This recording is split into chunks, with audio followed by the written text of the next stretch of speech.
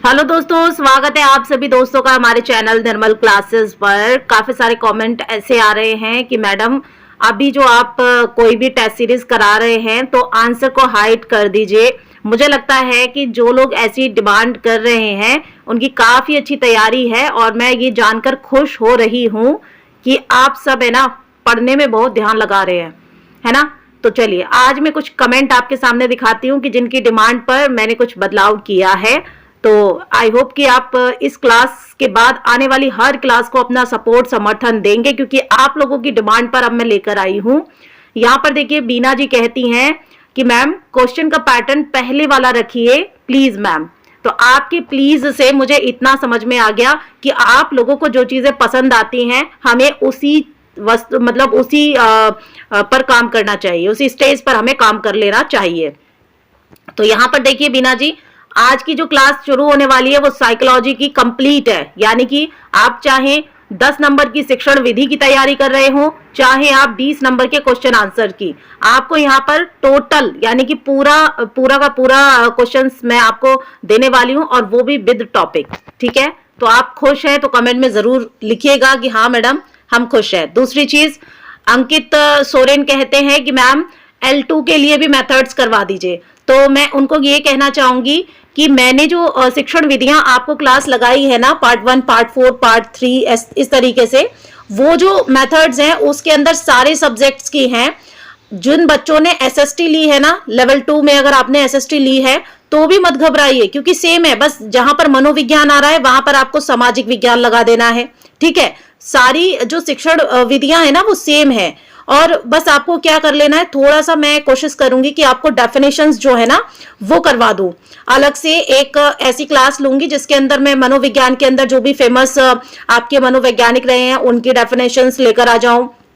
गणित में जो लोग रहे हैं उनकी लेके आऊंगी, सामाजिक विज्ञान की भी मैं आपको दे दूंगी। तो टेंशन मत लीजिए, क्योंकि 27 फरवरी आने वाली है, डेट आगे पीछे बिल्कुल नहीं होने वाली है। और अभी राजस्थान बोर्ड की तरफ से नया रूल पास किया गया है, 1 अप्रैल से जो भी वैकेंसीज आएंगे, अभी तो आप बच जाएंगे 27 फरवरी वाले में, तो पेपर छोड़ना नहीं है। देखिए पेपर दीजिए, है ना, चाहे आप पास हो या ना हो, लेकिन पेपर जरूर दीजिए। इसलिए नहीं कि आप पास होंगे या नहीं होंगे, बल्कि इसीलिए कि आप क्या पता, देखिए कभी कभी ना मेहनत बहुत करते रहिए, जब भाग्य साथ नहीं देता है ना तो मेहनत भी काम नहीं आती, और कभी कभी कम मेहनत में भी भाग्य साथ दे देता है और आपका सिलेक्शन हो जाता है। तो ये बिल्कुल मत सोचिएगा कि फॉर्म डाल दिया है, कोई थोड़ी बहुत मिस्टेक हो गई है तो हमें देना चाहिए पेपर या नहीं। मैं कहती हूँ देना चाहिए। ठीक है, अब चलिए अगला कमेंट देखिए। एनवायरमेंट के लिए लाली कुमारी जी कहती हैं कि एनवायरमेंट की ऐसे ही टॉपिक लगाइए। तो उनको मैं बता दूं, मैंने टॉपिक वाइज ही आपको अभी तक एनवायरमेंट के जो टेस्ट सीरीज दी है ना विद आंसर, वो मैंने आपको क्या दिया है, उसके अंदर एनवायरमेंट के टॉपिक वाइज ही चल रहे हैं। सबसे पहले मैंने आपको परिवार से रिलेटेड 30 क्वेश्चन दिए थे, और उसके अंदर मैंने आपको 10 क्वेश्चन 15 क्वेश्चन एक्स्ट्रा भी बताए थे, है ना। तो 30 क्वेश्चन के लिए 40 से 50 क्वेश्चन मैंने आपको जो आपका परिवार वाला चैप्टर है उससे कराए। फिर दूसरी टेस्ट सीरीज में मैंने आपको क्या दिया, मैंने आपको वस्त्र दिए। और इससे पहले भी आप लोग वीडियो चेक कीजिए, वीडियो सेक्शन में जाइए, वहां पर मैंने ईवीएस को खत्म कर दिया। और सिर्फ 6 टाइम की ईवीएस नहीं पढ़ाई मैंने, मतलब 6 बार जो रीट में पूछा गया है वो नहीं पढ़ाया है, बल्कि मैंने बहुत अच्छे तरीके से आपको रीट के क्वेश्चन आंसर कम से कम 1000 से प्लस करा दिए। लेकिन आप वीडियो तो चेक कीजिए। वीडियो ज्यादा क्लासेस लाने का मेरा उद्देश्य नहीं है, लेकिन जो क्लासेस मैंने दी है इंपॉर्टेंट पहले ही मैं दे चुकी हूँ। ईवीएस कंप्लीट करा चुकी हूँ पीवाईक्यूज के माध्यम से, और उसके बाद साइकोलॉजी भी मैं पीवाईक्यूज के माध्यम से कंप्लीट करा चुकी हूँ, हिंदी भी मैं कंप्लीट करा चुकी हूँ। लेकिन आपके बहुत सारे क्वेश्चंस ऐसे हैं पीवाईक्यूज में जो कि साथ साथ में है, तो मैं कोशिश ये करूंगी कि हर सब्जेक्ट की 30-30 नंबर के हिसाब से जो भी आता है ना, चाहे 20 नंबर के क्वेश्चंस आते हो, 10 नंबर की शिक्षण विधियां, तो वो सारी चीजें मैं आपको करवाऊं। अगला कमेंट आता है अंकित जी का, वो कह रहे हैं कि सुपर क्लास मैम जी साथ में शिक्षण विधियां भी करवा दो प्लीज। तो अंकित जी मैं आपको फिर से कहूंगी, मैं शिक्षण विधियां भी साथ में लेके चल रही हूँ। आप देखिए थ्योरी क्लास मैंने लगा भी रखी है। ठीक है, तो चलिए आज हम पीवाईक्यूज किसके करने वाले हैं, तो आपके बाल विकास और शिक्षण विधियां करने वाले हैं। बाल विकास यानी कि साइकोलॉजी भी लेंगे और आपकी पेडागोजी भी लेंगे। और यहाँ पर देखेंगे आप सामने, आपके सामने विषय सूची रहने वाली है। क्या क्या रहेगा, पहले चैप्टर में हम किसके क्वेश्चन करेंगे, शिक्षा मनोविज्ञान के अर्थ क्षेत्र परिभाषा और उपयोगिता के। उसके बाद दूसरे चैप्टर में हम पढ़ेंगे बाल विकास की संकल्पना, आयाम और सिद्धांत। थ्योरी नहीं करा रही हूँ, क्वेश्चन आंसर करा रही हूँ, पीवाईक्यूज करा रही हूँ, ध्यान रखिएगा। अगला देखिए यहाँ पर अधिगम की अर्थ, संकल्पना और सिद्धांत के बारे में पढ़ेंगे। उसके बाद में हम अभिप्रेरणा, अर्थ एवं अधिगम में अभिप्रेरणा की भूमिका का चैप्टर पढ़ेंगे, यानी क्वेश्चन आंसर। फिर व्यक्तित्व का अर्थ और सिद्धांत एवं मापन के बारे में पढ़ेंगे। समायोजन की संकल्पना, तरीके और समायोजन में अध्यापक की क्या भूमिका होती है। उसके बाद 7वां टॉपिक रहेगा आपका बुद्धि से रिलेट, बुद्धि का अर्थ, सिद्धांत और उसका मापन। 8वां टॉपिक आपका व्यक्तिगत भिन्नताएं, अर्थ, प्रकार और विशिष्ट बालक के बारे में रहेगा। और ये लेवल 1 लेवल 2 दोनों के लिए, याद रखिएगा, तो कंफ्यूज नहीं होना है। जो आपके कॉमन सब्जेक्ट हैं वो आपके यहाँ पर कराए जा रहे हैं, जैसे कि सीडीपी दोनों में कॉमन है, हिंदी दोनों में कॉमन है ना। और साथ में ईवीएस तो आपकी ऐसा है दोस्तों, अगर आपने सेकंड में साइंस लिया तो ईवीएस आपकी साइंस में भी कवर हो सकती है ना। बस वहां पर थोड़ा सा आपको जो फॉर्मूलेज होते हैं वो सारे पढ़ने पड़ेंगे, जो रासायनिक वगैरह होते हैं, केमिस्ट्री वगैरह को आपको पढ़ना पड़ेगा। बाकी जो बायोलॉजी होती है ना वो यहाँ पर कवर हो जाती है ईवीएस के अंदर। दूसरी चीज, अगर आपने एसएसटी ले रखी है सेकंड में तो आपकी यहाँ पर ईवीएस का जो पोर्शन है ना वो आपके लिए काफी काम आएगा, तो स्किप मत करिएगा। बाकी देखिए जो एसएसटी में है वो तो देखिए अलग ही विषय है, मैं ये नहीं कहती कि लेवल 1 लेवल 2 दोनों का करा दूंगी, लेकिन कॉमन सब्जेक्ट मैं आपको ये बता रही हूँ कि मेरे चैनल पर आपको मिल जाएगा। फिर अगला 9वां टॉपिक रहेगा आपका चिंतन, कल्पना और तर्क। और लास्ट में 10वां टॉपिक आपका क्या रहेगा, शिक्षण अधिगम की प्रक्रिया, राष्ट्रीय पाठ्यचर्या की रूपरेखा 2005, जो मैं करवा भी चुकी हूँ। संदर्भ में शिक्षण अधिगम की व्यू रचना और उसकी विधियां, आकलन, मापन एवं मूल्यांकन का अर्थ और उद्देश्य, सतत और व्यापक मूल्यांकन, उपलब्धि परीक्षण और सीखने के प्रतिफल। फिर तीसरा रहेगा टॉपिक आपका क्रियात्मक अनुसंधान, जो कि जोड़ा गया है। उसके बाद आपका शिक्षा का अधिकार अधिनियम 2009 रहेगा, और इसी में आपका क्या रहेगा, रहने वाला है फिर आपके 2020 से रिलेट करके भी मैंने आपको करा दिया। नई शिक्षा नीति पे भी मैंने आपको एक क्लासेस लगाई हुई है, तो नई शिक्षा नीति पे भी हम कुछ क्वेश्चंस कर लेंगे, ठीक है। तो पैनिक नहीं होना है, बस अपना सपोर्ट समर्थन बनाए रखिए, क्योंकि आपके एक लाइक, एक व्यूज, एक कमेंट से ना मुझे बहुत ज्यादा मोटिवेशन मिलता है, और मैं दिन दुनी रात चौगनी करके आपके लिए मेहनत करती हूँ, ठीक है। चलिए शुरू करते हैं, आज का पहला टॉपिक क्या है और उसके पीवाईक्यूज करते हैं। चलिए यहाँ पर देखिए यूनिट 1 के अंदर शिक्षा मनोविज्ञान का अर्थ, क्षेत्र, परिभाषा और उपयोगिता पढ़ेंगे, ठीक है। यहाँ पर आपको टोटल कितने क्वेश्चन मिल जाएंगे, 112।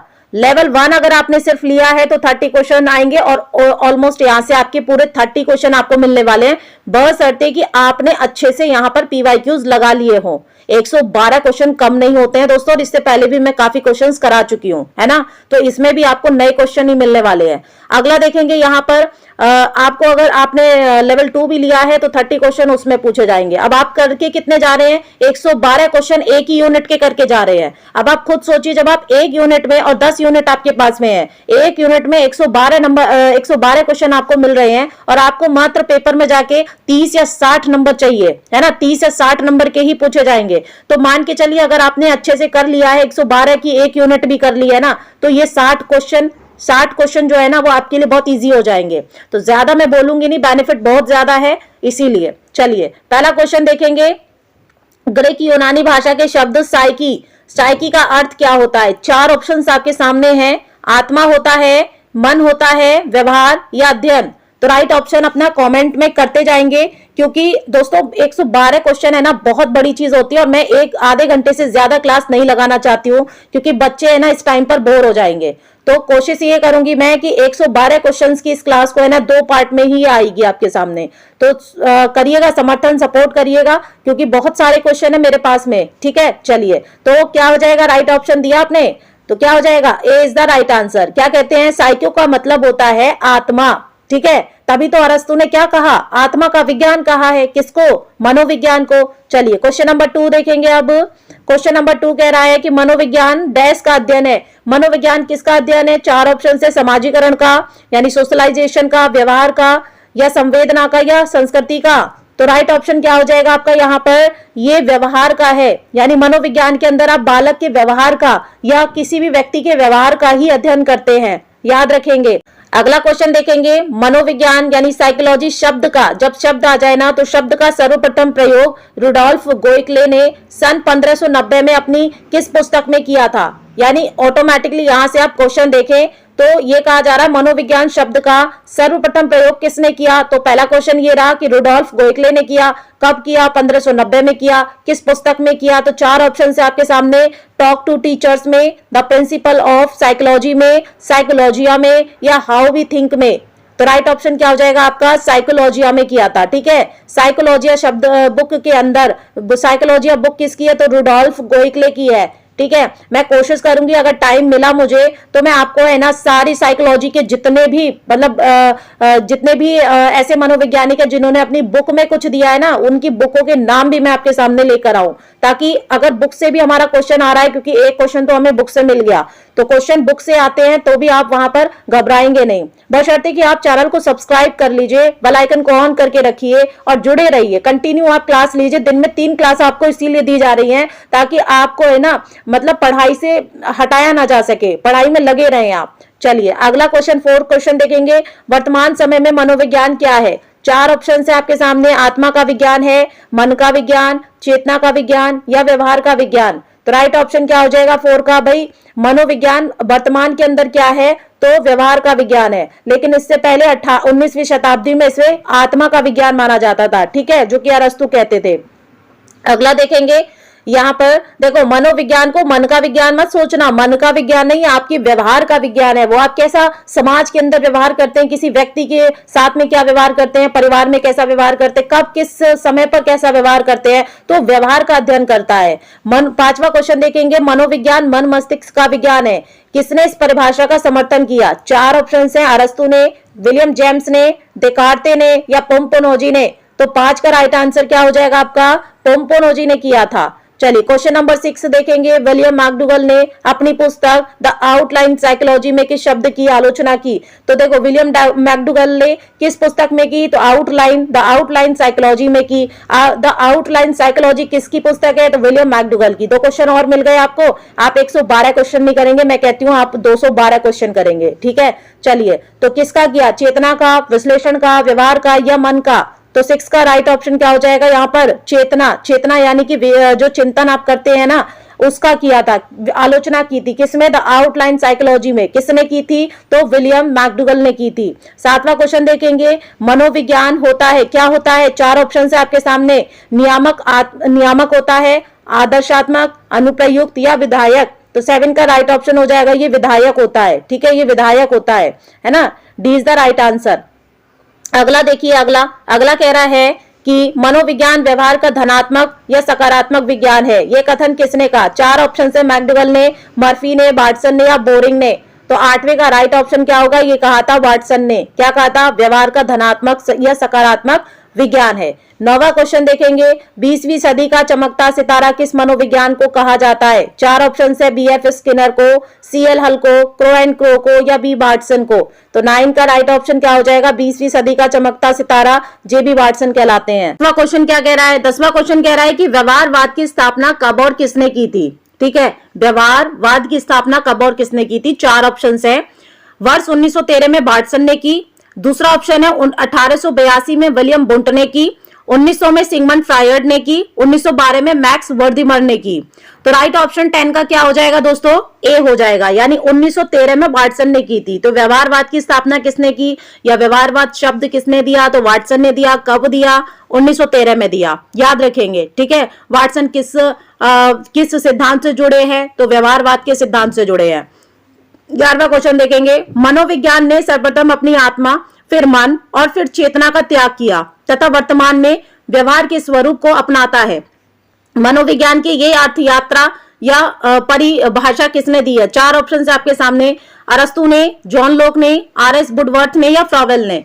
तो 11 का राइट ऑप्शन क्या हो जाएगा दोस्तों? सी, यानी R.S. वुडवर्थ ऐसा कहते हैं कि मनोविज्ञान सर्वप्रथम आत्मा का विज्ञान था, फिर मन का विज्ञान हुआ, फिर उसने चेतना का त्याग कर दिया और वर्तमान में अब वो व्यवहार का विज्ञान हो गया। ठीक है, तो 4 स्तर से ऊपर उठ के आज आप बाल मनोविज्ञान को पढ़ते हैं। ठीक है, चलिए ये कहा था R.S. वुडवर्थ ने। अगला है 12वां क्वेश्चन, प्रिंसिपल ऑफ साइकोलॉजी के लेखक कौन है? तो तीसरी पुस्तक आपके सामने आ गई। कौन सी पुस्तक है? तो प्रिंसिपल ऑफ साइकोलॉजी के लेखक कौन है? चार ऑप्शन है, विलियम जेम्स हैं, विलियम बुंट हैं, विलियम मैकडूगल है, या E.P. पावलव है। तो राइट ऑप्शन 12 का क्या हो जाएगा? 12 का राइट ऑप्शन ए हो जाएगा। ए इज द राइट आंसर हो जाएगा। ए कौन है? यानी कि विलियम जेम्स हो जाएंगे। विलियम जेम्स की पुस्तक का नाम क्या है? तो क्या हो जाएगा? Principle of psychology. ठीक है, ये इस तरीके से घुमा फिरा के भी पूछ सकता है क्वेश्चन को, इसीलिए दोनों तरीके से, तीनों तरीके से, जितने भी तरीके से हम पढ़ेंगे वो तरीका हम बिल्कुल तोड़ देंगे क्वेश्चन को। आपको किताबों में, लास्ट टाइम पर आपको बुकों में, किताबों में नोट्स पढ़ने की भी जरूरत नहीं होगी अगर आपने मेरे द्वारा साइकोलॉजी पढ़ लिया तो, क्योंकि मैं ना एक ही क्वेश्चन से 3-4 क्वेश्चन बनाने की कला में बहुत ज्यादा माहिर हूं। तारीफ नहीं कर रही हूं अपनी, बता रही हूं, ये मेरा तरीका होता है पढ़ने का, तभी जाके मैं जो भी एग्जाम्स है वो क्रैक कर पाती हूँ। ठीक है, चलिए 13वां क्वेश्चन देखेंगे। मनोविज्ञान का कौन सा संप्रदाय, मनोविज्ञान का कौन सा संप्रदाय व्यवहार के विश्लेषण में अवचेतन विचारों या अचेतन विचारों, भावनाओं और स्मृति पर आधारित है? ठीक है, 4 ऑप्शन से व्यवहारवाद, मनोगतिक, संरचनावाद या सामाजिक सांस्कृतिकवाद। तो 13 का राइट ऑप्शन क्या हो जाएगा? बी, यानी मनोगतिक। मन के बारे में, मन के अंदर, आपके हृदय के अंदर क्या क्या चीजें चल रही है ना, आपके हृदय में क्या क्या चीजें चल रही हैं उसके बारे में। जैसे अवचेतन विचार, अवचेतन क्या होता है? जो अचेतन मन होता है आपका, है ना, अनकॉन्शियस माइंड होता है, उसके बारे में, आपकी फीलिंग्स के बारे में, आपकी मेमोरीज के बारे में, ये कौन बात करते हैं? तो मनोविज्ञान का जो संप्रदाय इस पर विज्ञान, मतलब व्यवहार के इस ज्ञान पर बात करता है ना, वो मनोगतिक कहलाता है, याद रखेंगे। ठीक है, चलिए 14 क्वेश्चन देखिए। व्यवहारवाद मनोविज्ञान को बनाता है एक, व्यवहारवाद मनोविज्ञान को क्या बनाता है? 4 ऑप्शन है, प्रवृत्ति, विज्ञान, विशेषता या कौशल। तो 14 का राइट ऑप्शन क्या हो जाएगा? विज्ञान बनाता है। भाई व्यवहारवाद मनोविज्ञान को एक विज्ञान बना देता है, एक साइंस बना देता है। ठीक है, चलिए अगला क्वेश्चन देखिए, क्वेश्चन नंबर 15। व्यवहारवाद के अनुसार निम्नलिखित में से कौन सा कथन असत्य माना जाएगा? 4 ऑप्शन से, ये अवलोकनीय व्यवहार पर बल देता है ना। अवलोकन क्या होता है? ऑब्जर्वेशन, है ना, ऑब्जर्व करना किसी के व्यवहार को। दूसरा, ये चेतना का विरोध करता है, मतलब ये क्या करता है? जो चेतना होती है ना, कॉन्शियस माइंड होता है आपका, उसका विरोध करता है। तीसरा है, ये वातावरण पर बल देता है, यानी आपका जो एटमॉस्फेयर है उस पर ये बल देता है। चौथा है, ये अंतर्वेशन विधि को स्वीकार करता है। तो इसमें से आपको असत्य कथन ढूंढना था कि व्यवहारवाद के संबंध में कौन सा कथन असत्य हो जाएगा।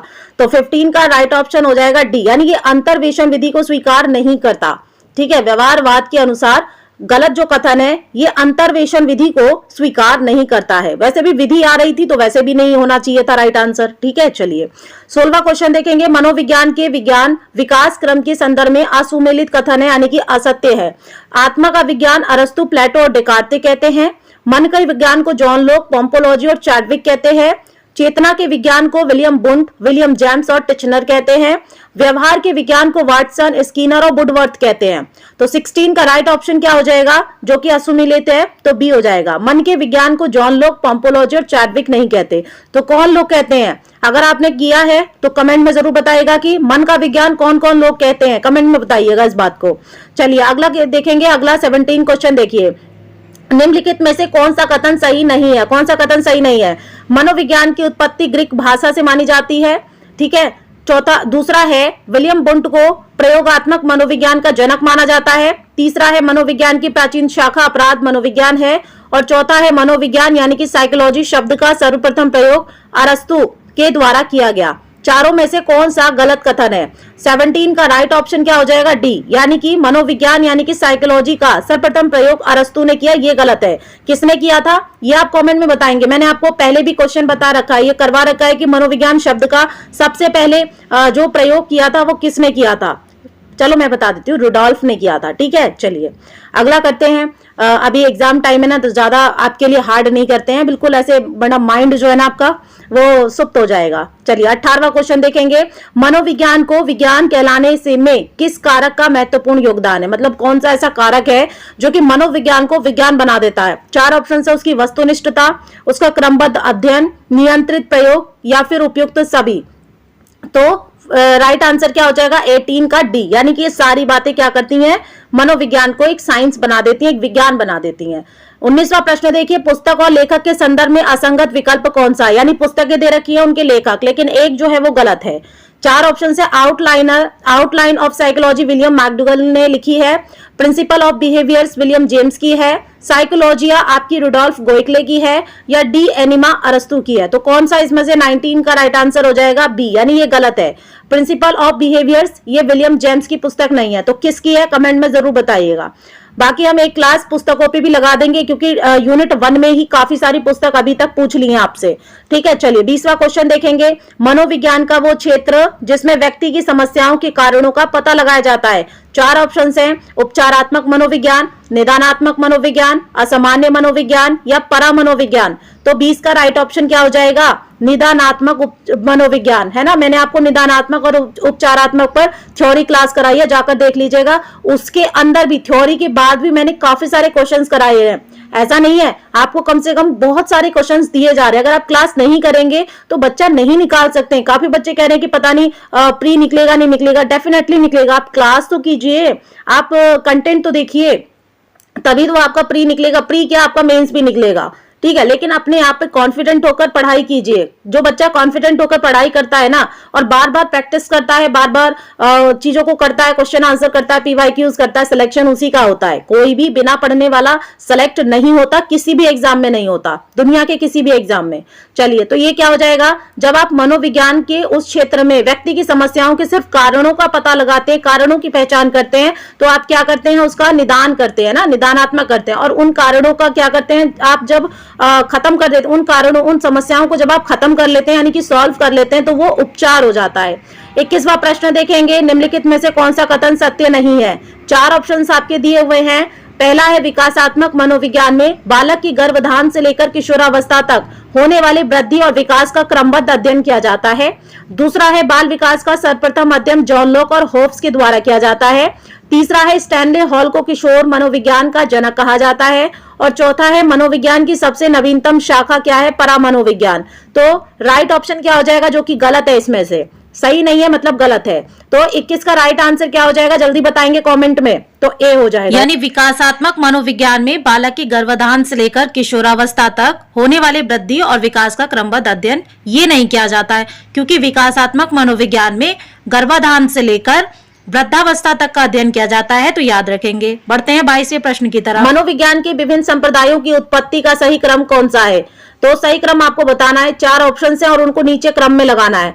तो पहला व्यवहारवाद आया, या फिर आया संरचनावाद, प्रकार्यवाद, गेस्टाल्टवाद। तो सबसे पहले कौन सा आया बताएंगे? राइट ऑप्शन क्या हो जाएगा? 1 2 3 4 यानी लाइन से आए, या फिर पहले 2 आया, फिर 4, फिर 3, फिर 1 आया, या फिर पहले 2 आया, फिर 3 आया, फिर 4, फिर 1 आया, या फिर फोर्थ ऑप्शन है कि 3 आया, फिर 2 आया, फिर 4, फिर 1।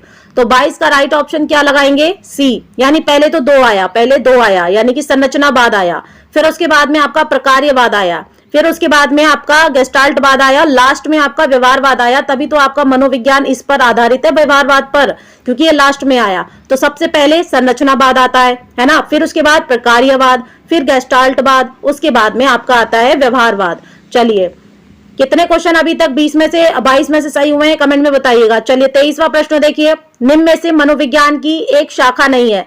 4 ऑप्शन है, औद्योगिक मनोविज्ञान, व्यक्तिगत मनोविज्ञान, परामनोविज्ञान या अपराध मनोविज्ञान। तो राइट ऑप्शन क्या हो जाएगा आपका 23 का बी, यानी व्यक्तिगत मनोविज्ञान कोई शाखा नहीं है मनोविज्ञान की, है ना। चलिए, क्योंकि हम बाल मनोविज्ञान में सब कर ही लेते हैं, तो व्यक्तिगत मनोविज्ञान लाने की क्या जरूरत है। बाकी औद्योगिक मनोविज्ञान में क्या किया जाता है? आपका उद्योग से रिलेटेड मन के विज्ञान को जाना जाता है। परा मनोविज्ञान में क्या होता है ये आप कमेंट में बताएंगे। और अपराध मनोविज्ञान में तो आप जानते हैं ना कि कोई कोई जैसे देखो क्रिमिनल साइको होता है, तो उसके बारे में भी अलग से पढ़ना पड़ता है कि ये जो व्यक्ति क्रिमिनल बना है या अपराध किया है, तो ये इसने क्यों किया, किस मानसिकता के तहत किया, तो उसके लिए भी स्टडी की जाती है। चलिए 24वां प्रश्न देखेंगे। साहचर्यवाद संप्रदाय के प्रतिपादक है कौन है? जॉन लॉक है, बार्टसन है, जॉन डीवी है, टिचनर है। तो 24 का राइट ऑप्शन क्या हो जाएगा? ए, यानी कि जॉन लॉक है। जॉन लॉक ने क्या दिया है? साहचर्यवाद संप्रदाय का प्रतिपादन किया है। 25वां क्वेश्चन देखेंगे। 25वां क्वेश्चन देखिए, मनोविज्ञान की सबसे प्राचीन विधि मानी जाती है कौन सी? अंतर्दर्शन विधि, प्रक्षेपण विधि यानी प्रेक्षण विधि, बहिर्दर्शन विधि या अनुबंधन विधि। तो 25 का राइट ऑप्शन हो जाएगा, सबसे पुरानी विधि मानी जाती है अंतर्दर्शन विधि। इससे रिलेट करके भी ऊपर एक क्वेश्चन आया था, ठीक है, अगर आप क्लास ठीक से ले रहे हैं तो। 26वां प्रश्न देखिए, संरचनावाद का जनक माना जाता है किसको? 4 ऑप्शंस हैं, विलियम जेम्स को, विलियम बुंट को, टिचनर को या जॉन डीवी को। तो संरचनावाद का जनक जो कि पहला आपका था, है ना, पहला आपका मनोविज्ञान में अध्ययन किया गया संरचनावाद मनोविज्ञान कहलाता था पहला सबसे। तो 26 का राइट ऑप्शन क्या हो जाएगा आपका? बी, यानी कि विलियम बुंट थे पहले, ठीक है। चलिए 27वां देखिए, स्वास्थ्य मनोविज्ञान के प्रतिपादक कौन है? चार ऑप्शन है, थार्नडाइक है, पेस्टोलॉजी है, C.W. बियर्स है या हॉलिंग बर्थ है। तो 27 का राइट ऑप्शन क्या हो जाएगा? सी, यानी C.W. बियर्स है। स्वास्थ्य मनोविज्ञान के प्रतिपादक कौन है? तो C.W. बियर्स है। 28वां प्रश्न देखिए, संरचनावाद के अनुसार चेतना का एक तत्व नहीं है। कौन सा तत्व नहीं है? चार ऑप्शन से, संवेदना, भाव, प्रतिमा या प्रेरक। तो 28 का राइट ऑप्शन क्या हो जाएगा आपका? डी, यानी प्रेरक नहीं है। प्रेरक आपका संरचनावाद के अनुसार चेतना का एक तत्व नहीं है। बाकी संवेदना व्यक्त करना, भाव प्रकट करना, प्रतिमा उत्पन्न करना, लेकिन प्रेरक नहीं है। अच्छा, प्रेरक क्या होता है? इंस्पिरेशन जो होती है ना, उसको कहते हैं प्रेरक। ठीक है, चलिए 29वां प्रश्न देखिए, संरचनावाद के अनुसार चेतना के अध्ययन की प्रमुख विधि कौन सी है? चार ऑप्शन से, अनुबंधन विधि है, अंतरदर्शन विधि है, प्रेक्षण विधि है, उपयुक्त में से कोई नहीं है। तो 29 का राइट ऑप्शन बताएंगे क्या हो जाएगा? अंतरदर्शन विधि है। अभी क्वेश्चन गया था, 27 से 28वां क्वेश्चन गया था। ठीक है, 30वां प्रश्न देखिए, वह मनोविज्ञान जिसमें गर्भावस्था से किशोरावस्था तक बालक की वृद्धि और विकास का अध्ययन किया जाता है वो कहलाता है। चार ऑप्शन है, विकासात्मक मनोविज्ञान, किशोर मनोविज्ञान, बाल मनोविज्ञान या शिक्षा मनोविज्ञान। तो 30 का राइट ऑप्शन हो जाएगा, उसे हम बाल मनोविज्ञान कहते हैं। इससे ऊपर भी ये गलत कथन में आया था कि विकासात्मक मनोविज्ञान के अंदर मतलब गर्भ से लेकर किशोरावस्था तक का अध्ययन किया जाता है। तो वहां पे गलत हुआ था, क्योंकि बाल मनोविज्ञान का किया जाता, बाल मनोविज्ञान में किया जाता है गर्भ से लेकर किशोरावस्था तक। तो याद रखेंगे। 31वां प्रश्न देखिए, वो मनोविज्ञान जिसमें गर्भावस्था से वृद्धावस्था तक वृद्धि की व्यक्ति की वृद्धि और विकास का अध्ययन किया जाता है। चार ऑप्शन से, बाल मनोविज्ञान, विकासात्मक मनोविज्ञान, किशोर मनोविज्ञान, स्वास्थ्य मनोविज्ञान। तो 31 का राइट ऑप्शन क्या हो जाएगा आपका? बी। अब देखिए यहाँ पर विकासात्मक मनोविज्ञान क्यों आया?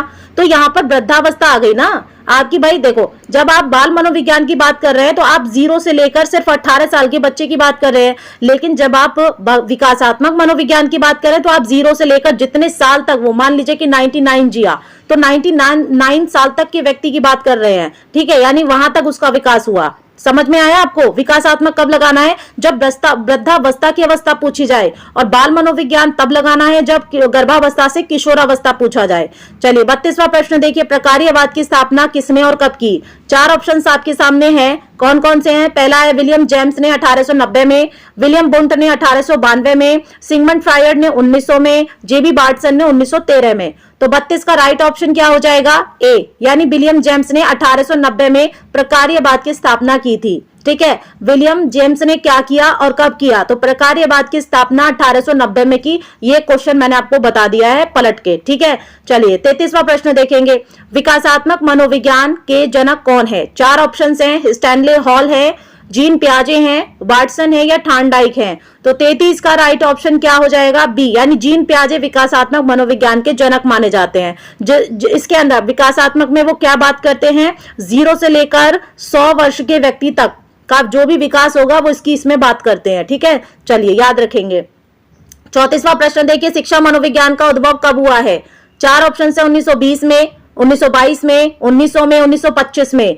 तो 34 का राइट ऑप्शन क्या हो जाएगा? ये 1900 में हुआ है। क्या हुआ है? 1900 में क्या हुआ है? तो शिक्षा मनोविज्ञान का उद्भव हुआ है। ठीक है, शिक्षा मनोविज्ञान, बाल मनोविज्ञान नहीं, शिक्षा मनोविज्ञान का उद्भव हुआ है। ठीक है, जिसके अंदर हम शिक्षा की बात करते हैं, पढ़ाते हैं, है ना। 35वां देखिए, शिक्षा मनोविज्ञान का वास्तविक स्वरूप कब प्रकट हुआ था? 1900 में तो ये आ गया था, लेकिन वास्तविक रूप से कब आया? 1900 में, 1925 में, 1920 में, तो 1922 में। तो 35 का राइट ऑप्शन हो जाएगा 1920, यानी कि सामने आने में 20 साल लग गए। देखो, कोई भी चीज आज अगर आप अपना 0 लेवल से बिजनेस शुरू करते हैं ना, तो आपको बड़ा आदमी बनने, लोगों तक पहुंचने में कम से कम 30 साल का समय, 20 साल का समय लग जाता है, मेहनत करते करते, है ना।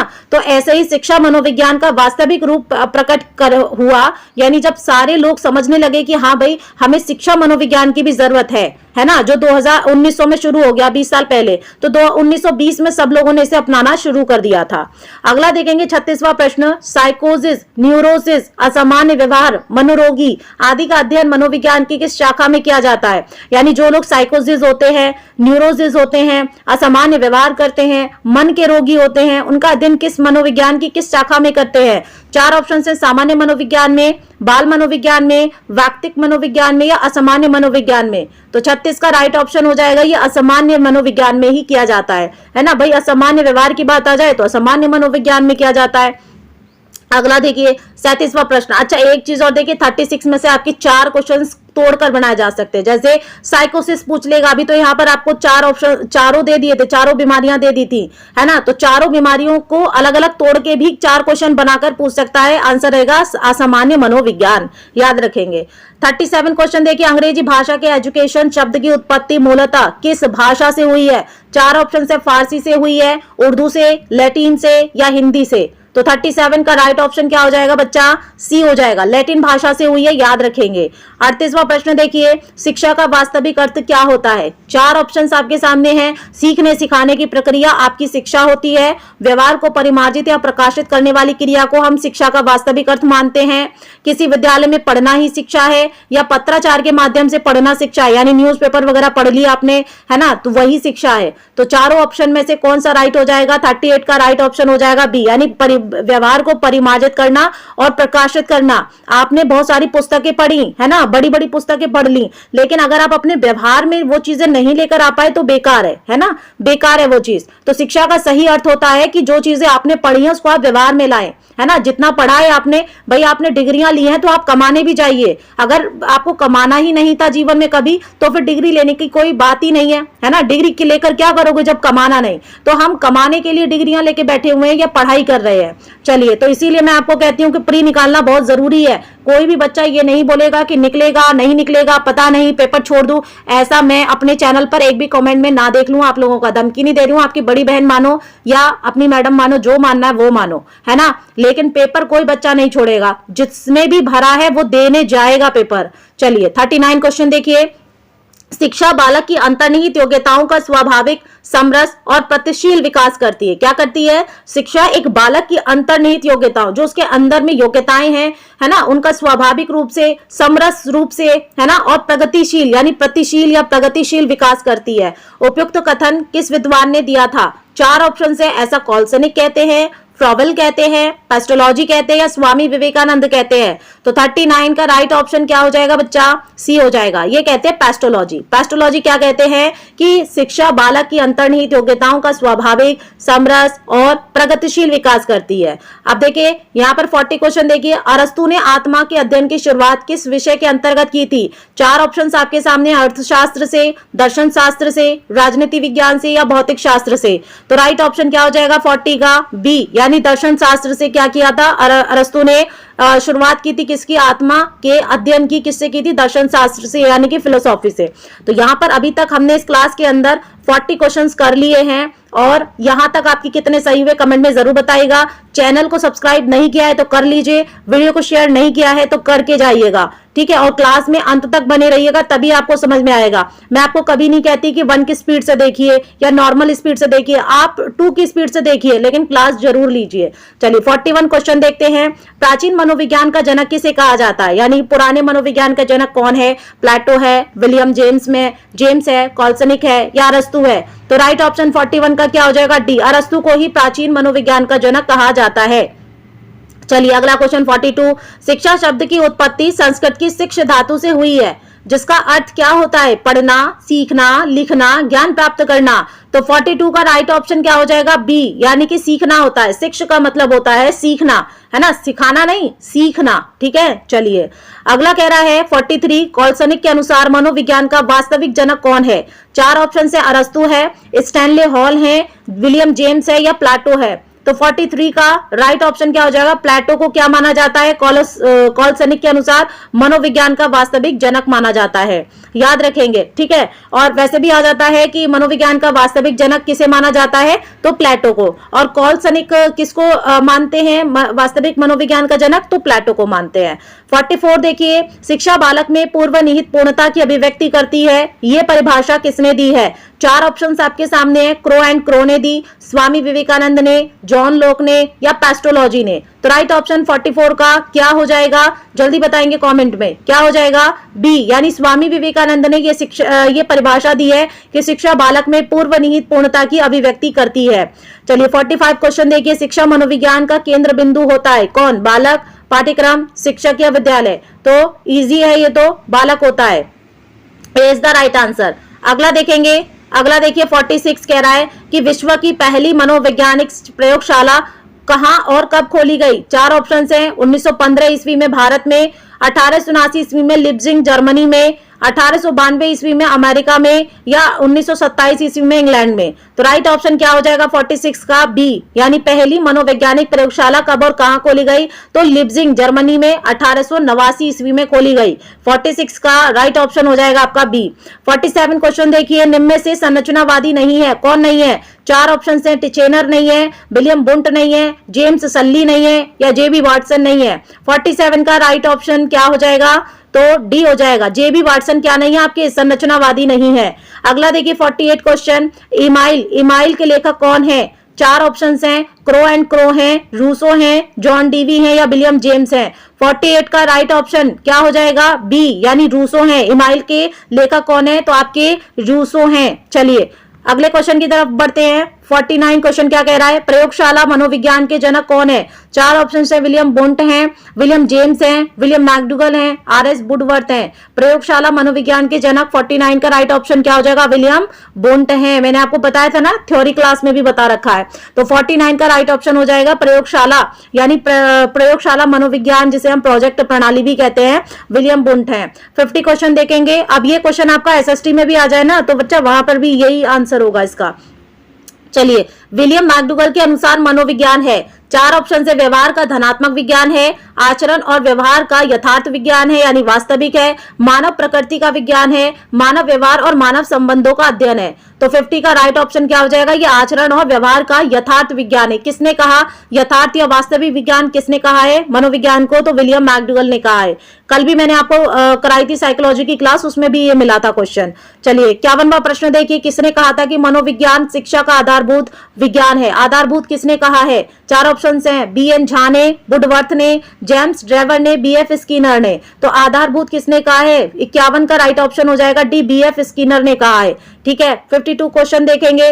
52 में क्या कह रहा है कि भारतीय मनोवैज्ञानिक एसोसिएशन की स्थापना कब हुई? 4 ऑप्शन है। 1938 में, 1915 में, 1924 में, या फिर 1922 में। तो राइट ऑप्शन 52 का क्या हो जाएगा? सी, यानी 1924 में हुई थी। क्या हुई थी? भारत के अंदर मनोवैज्ञानिक एसोसिएशन की स्थापना हुई थी। 53 क्वेश्चन देखेंगे। भारत में अनुप्रयुक्त प्रयोगात्मक मनोविज्ञान का विकास कब किया गया? 4 ऑप्शन हैं। 1924 में प्रोफेसर जी बोस ने किया था, 1938 में प्रोफेसर एन सेन गुप्ता ने किया, उसके बाद 1920 में राधा कमल मुखर्जी ने किया, 1986 में प्रोफेसर दुर्गा सिन्हा ने किया। तो 4 ऑप्शन 53 का राइट ऑप्शन क्या हो जाएगा दोस्तों? बी, यानी 1938 में किसने किया था? प्रोफेसर एन सेन गुप्ता ने। क्या किया था? तो भारत में आप अनुप्रयुक्त या प्रयोगात्मक मनोविज्ञान का विकास किया था। 54 क्वेश्चन देखेंगे। जर्मन भाषा के शब्द गेस्टाल्ट का अर्थ क्या होता है? पूर्णाकार, अनुबंधन, संज्ञान या अनुकरण। 54 का राइट ऑप्शन क्या हो जाएगा? ए, यानी पूर्णाकार होता है। 55 क्वेश्चन देखिए। Psychology in a third country the Indian experience के लेखक कौन है? 4 ऑप्शन है आपके सामने। प्रोफेसर एन सेन गुप्ता है, विलियम मैकडूगल है, प्रोफेसर दुर्गा सिन्हा है, प्रोफेसर जी बोस है। तो 55 का राइट ऑप्शन क्या हो जाएगा? प्रोफेसर दुर्गा सिन्हा है। किसके लेखक हैं? तो psychology in a third country the Indian experience. ठीक है, चलिए 56 क्वेश्चन देखिए। कलकत्ता विश्वविद्यालय में मनोविज्ञान का प्रथम स्वतंत्र विभाग कब खोला गया? कलकत्ता विश्वविद्यालय में। 4 ऑप्शन है। 1924 में, 1916 में, 1922 में, या 1938 में। तो 56 का राइट ऑप्शन हो जाएगा 1916 में खोला गया था। अगला 57 देखिए। कॉलम 1 है मनोविज्ञान के स्कूल दिए हैं, और कॉलम 2 के अंदर मनोविज्ञानों के लेखक है ना, उन नाम है, उनको सुमेलित करना है। तो कॉलम ए, मनोविश्लेषण किसने दिया? व्यवहारवाद का सिद्धांत किसने दिया? गेस्टाल्टवाद समग्रता का सिद्धांत किसने दिया? और दूसरी तरफ क्या, निर्मितवाद का स्कूल किसने दिया? तो चारों ऑप्शन में से राइट ऑप्शन कौन सा हो जाएगा? 57 का सी हो जाएगा। कैसे? देखिए 1 का सी हो जाएगा, यानी मनोविश्लेषण की बात करते हैं सिगमंड फ्रायड।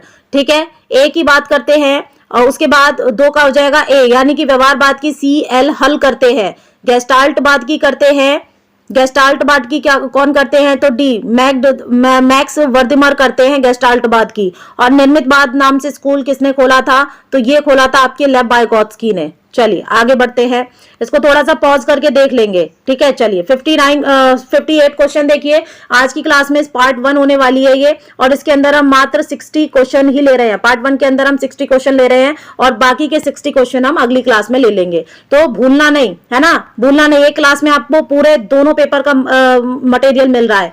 चलिए अगला क्वेश्चन देखिए 58, सूची 1 को सूची 2 से मिलान करना है। एक तरफ आपके क्या दिए हुए हैं, जो मतलब मनोवैज्ञानिक दिए हुए हैं, दूसरी तरफ सिद्धांत। तो राइट ऑप्शन इसका क्या हो जाएगा, तो देखेंगे जॉन डीवी का क्या है, जॉन डीवी का क्या है, 58 का राइट ऑप्शन क्या हो जाएगा, डी वाला हो जाएगा। जॉन डीवी का क्या है, प्रकार्यवाद है, ठीक है। जॉन डीवी ने कौन सा सिद्धांत दिया, तो प्रकार्यवाद।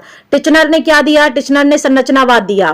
कोफ्फा ने क्या दिया, गेस्टाल्ट दिया। और वाटसन ने क्या दिया, व्यवहारवाद, है ना। चलिए अगला क्वेश्चन देखिए 59, गेस्टाल्ट बाद के जन्मदाता कौन है। 4 ऑप्शन से स्कीनर है, वर्दिमर है, बीने हैं या स्पिनोविच है। तो राइट ऑप्शन 59 का क्या हो जाएगा, वर्दिमर है, गेस्टाल्ट बाद के। बाकी यहाँ पर देखिए जो गेस्टाल्ट से जुड़े हुए हैं ना, वो कौन है, कोफ्फा भी जुड़े हुए हैं।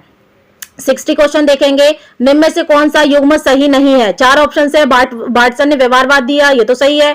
जॉन डीवी ने संरचनावाद दिया, जीन पियाजे ने संज्ञानात्मक विकास दिया, वर्दिमर ने गेस्टाल्ट दिया। तो राइट ऑप्शन क्या हो जाएगा, जो कि सही नहीं है, तो 60 का राइट ऑप्शन हो जाएगा बी। क्या हो जाएगा, बी। जॉन डीवी ने संरचनावाद नहीं दिया। संरचनावाद आपका किसने दिया था, देखिए यहाँ पर दिया हुआ है ना, संरचनावाद किसने दिया है, टिचनर ने दिया है, याद रखेंगे।